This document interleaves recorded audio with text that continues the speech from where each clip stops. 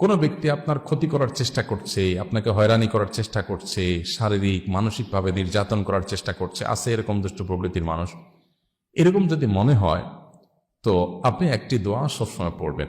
নবী করিম সাল্লাল্লাহু আলাইহি ওয়াসাল্লাম কোনো ব্যক্তি তার ক্ষতি করতে পারে এরকম আশঙ্কা বোধ করলে তার ক্ষতি থেকে বাঁচার জন্য এই দোয়া পড়তেন। দোয়াটা হলো আল্লাহুম্মা ইন্না নাজআলুকা ফি নুহুরিহিম ওয়া নাউযু বিকা মিন শুরুরিহিম। আল্লাহুম্মা ইন্না নাজআলুকা ফি নুহুরিহিম ওয়া নাউযু বিকা মিন শুরুরিহিম। অর্থাৎ, হে আল্লাহ, যারা আমার ক্ষতির চেষ্টা করছে, শত্রুতা করার চেষ্টা করছে,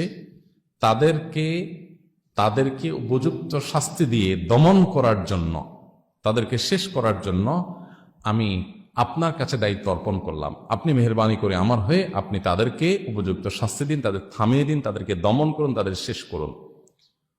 ওয়ানাউযু বিকা মিন শুরুরিহিম, এবং আল্লাহ তাদের ক্ষয়ক্ষতি থেকে আমি আপনার আশ্রয় চাই, আপনি আমাকে রক্ষা করেন।